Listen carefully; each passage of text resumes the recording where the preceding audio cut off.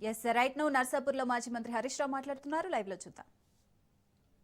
తండాలు గ్రామ పంచాయతీలు కాంగ్రెస్ వాళ్ళు చేయలే, కానీ కేసీఆర్ గారు మీ తండాల మీరే పాలకులుగా ఉండాలని మిమ్మల్ని సర్పంచులుగా చేసిండ్రు, గ్రామ పంచాయతీలుగా చేసిండ్రు. ఈ రోజు కాంగ్రెస్ వచ్చినాక ఏమైనా ఇచ్చిందా?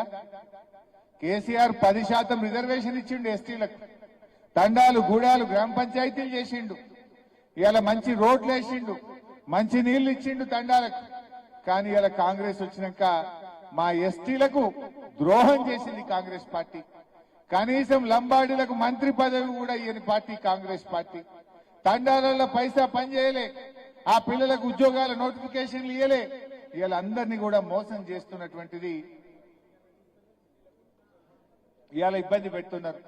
ఇదే నర్సాపూర్ నియోజకవర్గానికి తండాలకు రోడ్లు వేయాలని 54 కోట్లు ఆనాడు కేసీఆర్ గారు స్పెషల్ ప్యాకేజ్ 54 కోట్లు ఒక నర్సాపూర్ తండాల కోసం ఆనాడు బీఆర్ఎస్ ప్రభుత్వం ఇచ్చింది.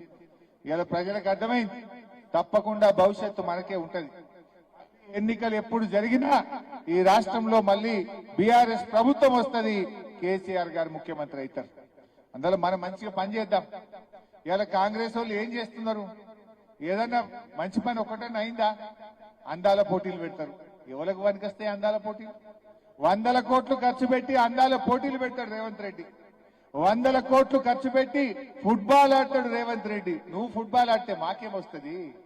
నిన్ను ఫుట్బాల్ ఆడే రోజులు దగ్గరలోనే ఉన్నాయి బిడ్డ రేవంత్ రెడ్డి. నువ్వు ఫుట్బాల్ ఆడు కాదు, నిన్ను ఫుట్బాల్ ఆడతారు తెలంగాణ ప్రజలు. ఎందుకంటే సింగరేణి పైసలు 10 కోట్లు, సిఎస్ఆర్ పైసలు 100 కోట్లు, గవర్నమెంట్ పైసలు 5 కోట్లతో స్టేడియం కట్టి ఈయన ఫుట్బాల్ నేర్చుకుంటాడు. ఎవరికి కావాలి? బీఆర్ఎస్ ఉన్నప్పుడు, మన గవర్నమెంట్ ఉన్నప్పుడు సింగరేణి పైసలతో స్కూళ్లు కట్టినాం, కాలేజీలు కట్టినాం, పిల్లల చదువుల కోసం ఆలోచన చేసినాం. ఇలా ఆ డబ్బులుంటే ₹1 కోట్లకు స్కూల్ కట్టొచ్చు కదా, ఓ రోడ్లు వేయొచ్చు కదా. నువ్వు ఫుట్బాల్ కోసం 100 కోట్లు ఖర్చు పెట్టుడేంది? నువ్వు ఫుట్బాల్ ఆడడానికి 100 కోట్లు ఖర్చు పెడితే మా ప్రజలకేమొస్తుంది, మా పిల్లలకేమొస్తుంది అని నేను అడుగుతా ఉన్నా. అంటే నువ్వు అందాల పోటీల మీద ఉన్న ప్రేమ, ఫుట్బాల్ మీద ఉన్న ప్రేమ మా రైతులకు ఎరువులు సరఫరా చేసిన మీద లేకపోయా. మొన్నటిదాకా వానకాలం వానలు పడుతుంటే తడుచుకుంటూ లైన్లలో నిలబడ్డాం. ఇప్పుడేమో యాప్లు మ్యాప్లు అంటుండ్రు. ఎవరికి కావాలి ఈ యాప్లు? కేసీఆర్ ఉండగా యాడ్ చేసుకొని, అరే ఆటో ఆయనకు ఫోన్ చేసి నర్సాపూర్కి వెళ్ళి రాగా 4 బస్తాలు వేసుకురారా అంటే వాడు 4 బస్తాలు వేసుకొచ్చి మీ ఇంటికాడ వేయలేదా? ఆటో డ్రైవర్కి చెప్తే ఇంటికాడ వేసిండా లేదా? ఇప్పుడేం కోసా పొద్దుగా లేచి సర్ది కట్టుకొని వచ్చి లైన్లో నిలబడుడేంది? ఇప్పుడు మళ్ళీ యాప్ అంటుండు.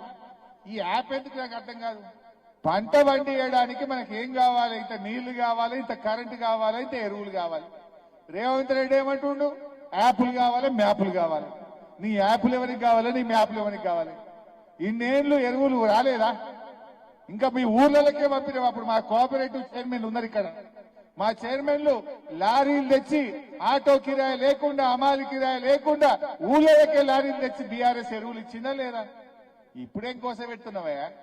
ఇప్పుడు రాంగారంగ నర్సాపూర్ సబ్ స్టేషన్ పైన ఆడ చూస్తే 12 గంటల కరెంటే వస్తుంది, 13 గంటల కరెంటే వస్తుంది. కేసీఆర్ ఉండగా 24 గంటల కరెంట్ వచ్చింది. ఇప్పుడు సాయంత్రం 5టికో 6టికో తీసేస్తుండు కరెంటు.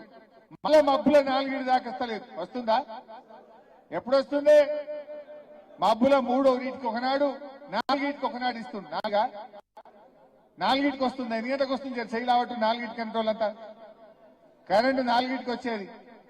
అంటే చెప్పుడేమో 24 గంటలు, ఇచ్చుడేమో 12 గంటలు. కేసీఆర్ ఉండగా 24 గంటలు వచ్చిన కరెంటు ఇవాళ 12 గంటలకు ఎందుకు తగ్గిందో ఒక్కసారి ఆలోచన చేయండి. ఇప్పుడు నార్లు పోసి పొలాన్ని తయారు చేయాలి మెత్తగా. ఇప్పుడు నీళ్లు కావాలి, రాత్రిపూట మోటార్ నడవాలి. ఇప్పుడు రాత్రిపూట మొత్తం కరెంటు బంద్ పెట్టిండు. రాత్రి సాయంత్రం 5 గంటలకు 4 గంటలకు పోతే పొద్దుగాల 3 గంటలకు 4 గంటలకు రాబట్టే. చెప్పుడేమో 24 గంటలు. రమ్మన్ దమ్ముంటే రేవంత్ రెడ్డి రామ్మ నర్సాపూర్కు సబ్ స్టేషన్ పోదంతా చూస్తాం. ఏ ఊరికి వస్తావు రా. మా రైతులు చెప్తారు రుణమాఫీ అయినా, అరే రుణమాఫీ అన్నాడు. ఇవాళ రైతులు అకౌంట్లు ఎన్పిఏ అయిపోతున్నాయి. ఎన్పిఏ అయితే రైతులకు నష్టం.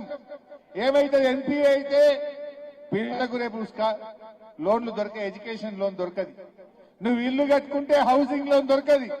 నీ యొక్క రేటింగ్ పడిపోతున్నది, సిబిల్ రేటింగ్ పడిపోతున్నది, పిల్లలకు లోన్లు రావు. నువ్వు చేసిన మోసానికి నువ్వే చెప్పినావు కదా, ఉరుకురి అప్పులు తెచ్చుకొని నేను మాఫీ చేస్తా రాగానే అంటివి, ఉరుకుని లైన్లు కట్టుండ్రి అంటివి.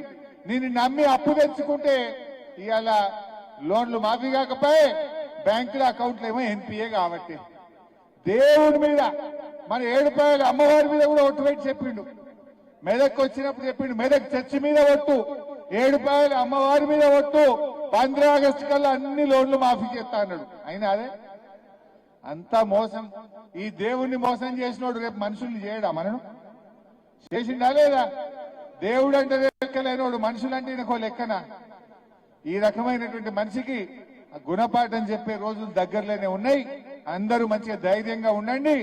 ఎవరు ఇబ్బంది పెట్టినా మేమందరం మీకు అండంగా ఉంటాం. భవిష్యత్తు మనదే.